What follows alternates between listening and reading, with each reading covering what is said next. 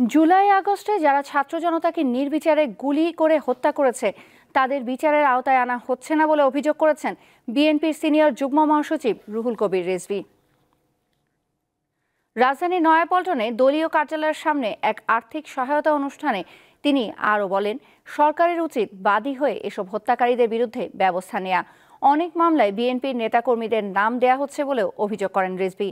আওয়ামী লীগের বিভিন্ন কর্মসূচির প্রসঙ্গ টেনে বিএনপির এই নেতা বলেন, শেখ হাসিনা দেশে ফের বিশৃঙ্খলা সৃষ্টির পাঁয়তারা করছেন।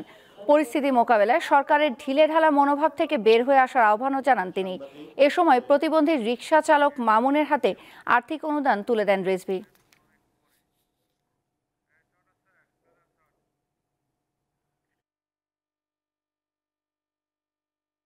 যারা আহরাবকে গুলি করে মেরেছে, যারা আবু সাইদকে হত্যা করেছে, যারা মুগ্ধকে হত্যা করেছে, তারা আইন শৃঙ্খলা বাহিনীর লোক। অথচ তাদেরকে কেন আইনের আওতায় নিয়ে এসে বিচার করা হচ্ছে না?